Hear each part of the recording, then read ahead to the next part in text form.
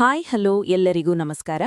ಇದು ನಮ್ಮ ಅಕ್ಷತಾ ಸ್ಪೆಷಲ್ ಅಡುಗೆಯ ಮೊದಲ ವಿಡಿಯೋ ಆಗಿದೆ. ದಯವಿಟ್ಟು ಮುಂದೆ ಬರುತ್ತಿರುವ ವಿಡಿಯೋಗಳಿಗೂ ಇದೇ ರೀತಿಯಾಗಿ ಸಪೋರ್ಟ್ ಮಾಡಿ.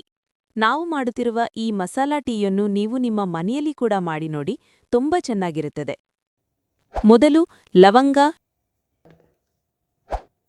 ಶುಂಠಿ, ಚಕ್ಕೆ, ಏಲಕ್ಕಿ ಹಾಕಿ ಸ್ವಲ್ಪ ಮಟ್ಟಿಗೆ ಕುಟ್ಟಿಕೊಳ್ಳಿ.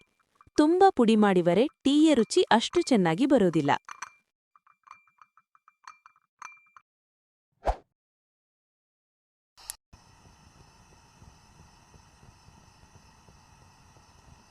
ಅದಾದ ನಂತರ 1 ಲೋಟ ನೀರನ್ನು ಹಾಕಿ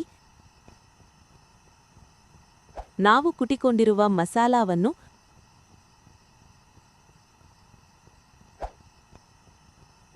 ಮತ್ತು 2 ಟೇಬಲ್ ಸ್ಪೂನ್ ಟೀ ಪೌಡರ್ ಸೇರಿಸಿ 2-3 ನಿಮಿಷ ಕುದಿಸಿಕೊಳ್ಳಿ. ನಂತರ 1 ಕಪ್ ಹಾಲು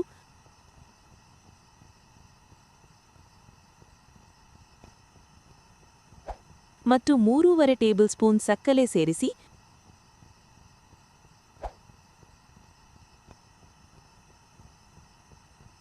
ಮತ್ತೆ 2-3 ನಿಮಿಷ ಚೆನ್ನಾಗಿ ಕುದಿಸಿ.